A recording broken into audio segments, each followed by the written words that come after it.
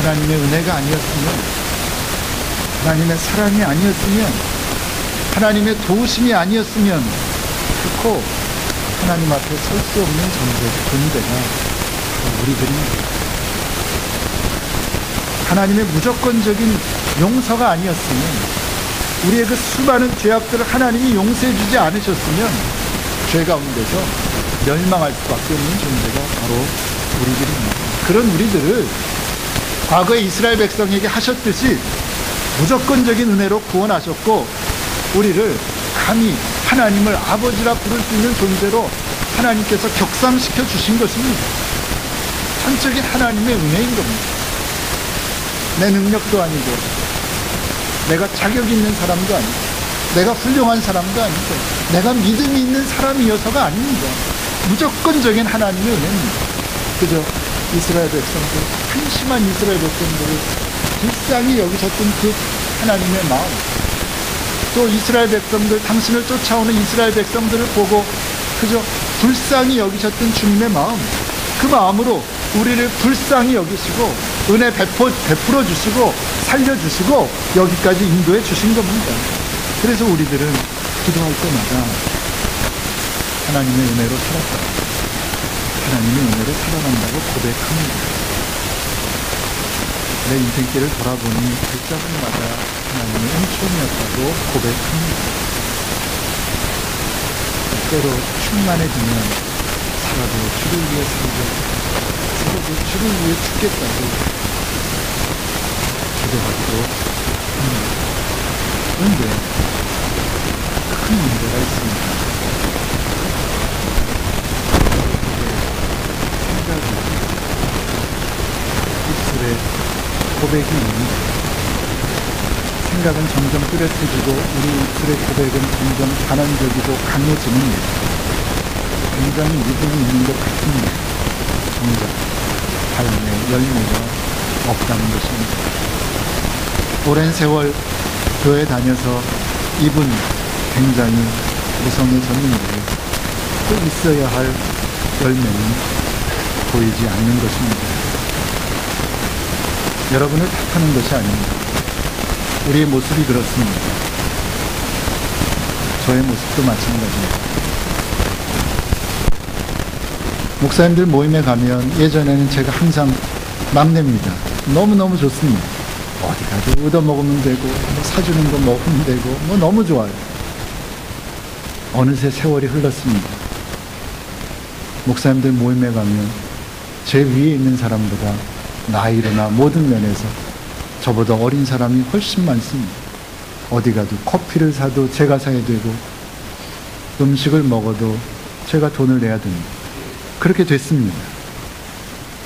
그런데 저의 모습을 보면 마찬가지입니다. 입은 무성해졌습니다. 그래서 뭔가 있는 것 같이 보이는지도 모르겠습니다. 그러나 열매는 없습니다. 열매를 맺은 것이 없습니다. 그것이 부끄러운 저의 모습입니다.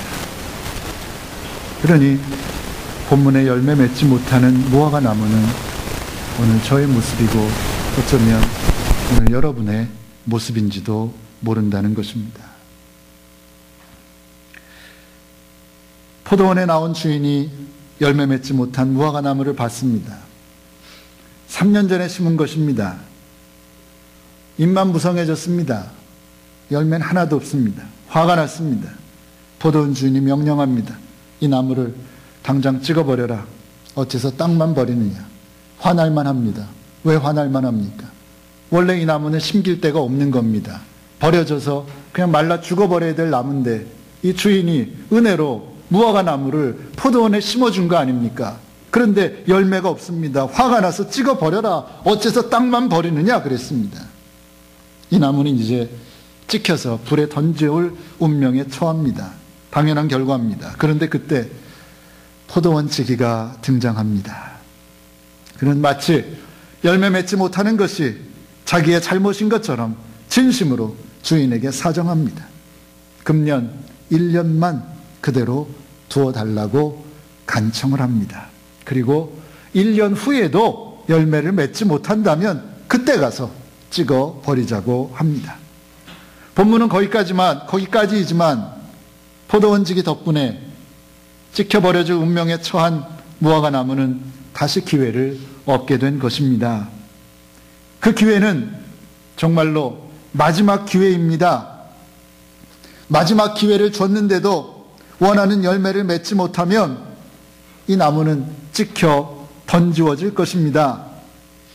그러나 그가 만약 열매를 맺으면 그는 포도원에 견고하게 설 것입니다. 이 주님의 비유를 오늘 우리의 삶에 적용해 봅니다. 어떤 의미입니까? 모든 일에는 때가 있다는 것입니다.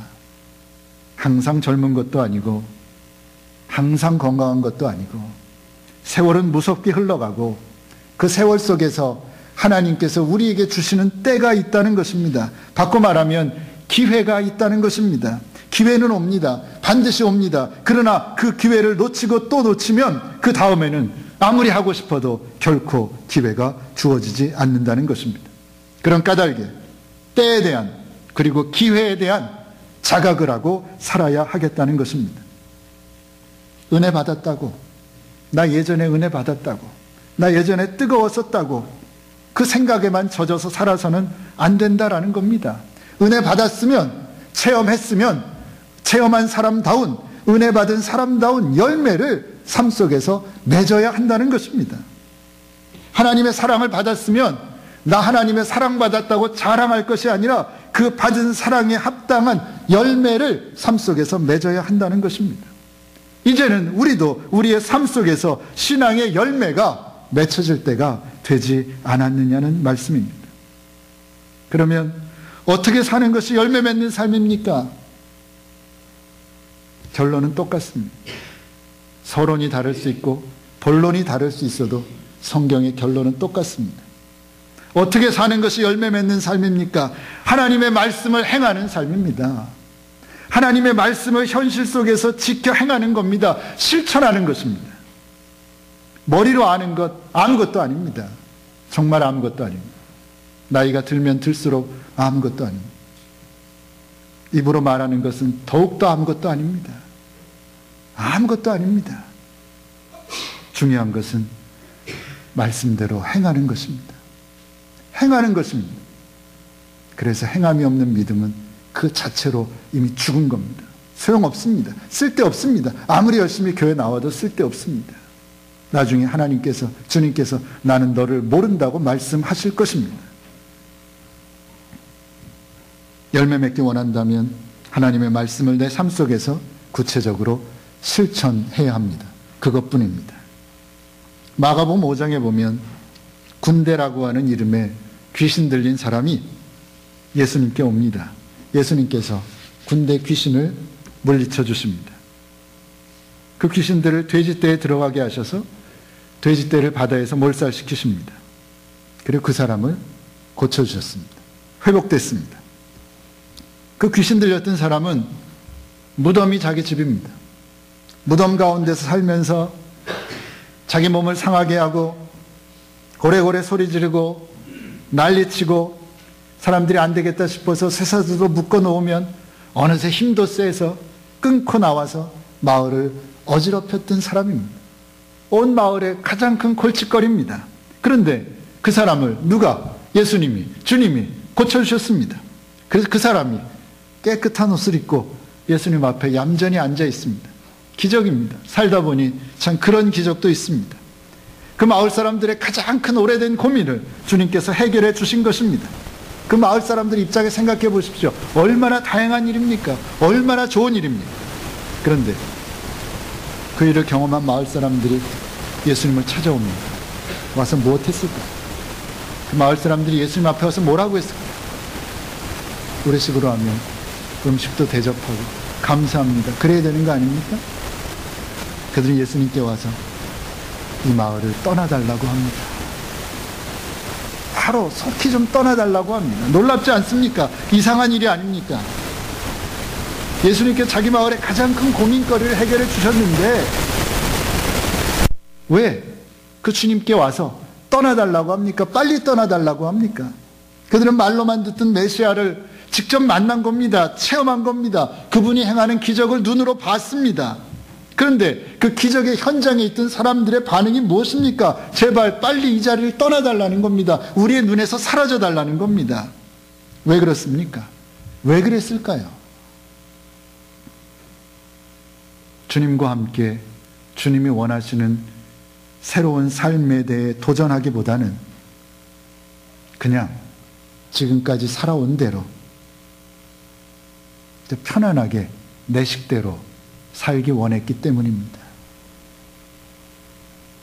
이것이 옳은 삶이냐, 이것이 바른 삶이냐, 이것이 부끄럽지 않은 삶이냐, 이것이 신앙인이 가야 할 길이냐, 그런 것에는 관심이 없다는 겁니다.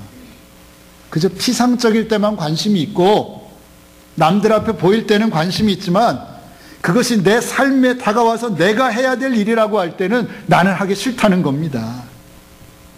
그저 나는 내 식대로 살아온 대로 편안하게 사는 것이 좋다는 것입니다. 그러니 주님의 뜻이라고 해도 사실 지금의 나를 바꾸기 싫다는 겁니다. 아니, 바꾸지 않겠다는 겁니다. 그러니 나는 안 바뀔 거니까, 바뀌기 싫으니까, 괜히 당신 앞에 있어 내가 고통당하기 싫으니까 그저 떠나달라는 겁니다. 눈앞에서 사라져달라는 겁니다. 나는 그냥 저 미친놈이 미친 짓 해도 그냥 그렇게 내 편한 대로 살겠다는 것입니다. 그들의 고집입니다. 그들의 어리석음입니다. 문제는 무엇입니까? 그들의 모습 속에서 오늘 우리들의 모습을 발견할 수 있다는 사실입니다.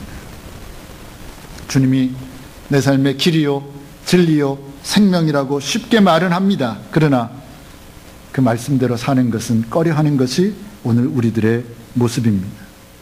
주님의 말씀보다 지금까지 내가 살아온 방식을 우선하고 고집하는 것이 오늘 우리들의 모습입니다. 그런 까닭에 주님을 전혀 모르는 교회 안 다니는 사람들과 비교해도 세상에서 살아가는 모습은 별로 다를 것이 없는 그런 삶을 살아가는 것이 오늘 우리의 모습이라는 것입니다. 그래서 심은 지가 3년이나 되었는데 사실은 벌써 말라버려야 되는데 주님이 은혜로 심겨주셨음에도 불구하고 잎만 무성하지 아무런 열매도 없는 무화과 나무와 같은 오늘 우리의 모습이라는 것입니다. 나는 아니라고 항변하실 분이 계십니까? 그런데 그래도 괜찮습니다. 열매 없는 무화과 나무 모습이어도 괜찮습니다. 오늘 본문에 있는 대로 좋으신 우리 하나님께서는 우리에게 또 한 번의 기회를 허락하셨기 때문입니다. 사랑이신 하나님께서 우리 모두에게 또 한 번의 기회를 허락하십니다. 어쩌면 마지막 기회일지도 모릅니다. 그리고 우리를 세심하게 지켜보실 것입니다. 정말 이번에는 새로운 모습으로, 달라진 모습으로, 예수님 닮은 모습으로 살아갈 것을 기대하고 우리를 지켜보실 것입니다. 하나님의 그 눈길을 느끼시며 또 그 기대하심을 외면하지 말고 삶 속에서 비록 작은 것일지라도 삶 속에서 삶의 열매를 맺어 나가는 저 여러분들 되시기를 바랍니다. 사순절 기간 보내고 있습니다. 나의 죄 때문에 나의 부끄러움과 내 안에 있는 악함과 내 안에 있는 죄 때문에 십자가 지실 수밖에 없었던 예수님의 듣고 말하는 하나님의 고난을 생각하며 죄된 삶으로부터 돌아서서 이제 용서받은 자다운 삶, 하나님의 자녀다운 삶을 살 것을 결단하는 절기입니다. 잊지 마시고 은혜 받은 자답게, 용서받은 자답게, 입만 무성한, 겉만 번지르르한 무화과 나무라고 하는 것을 이제 깨닫고 마지막 주신 기회로 믿고 열매 맺기 위해, 삶의 열매 맺기 위해, 성령의 열매 맺기 위해 뿌리다라는 각오로 최선을 다할 수 있는 우리 베델의 성도들 되게 하여 주시옵소서. 예수님의 이름으로 기도하옵나이다. 아멘.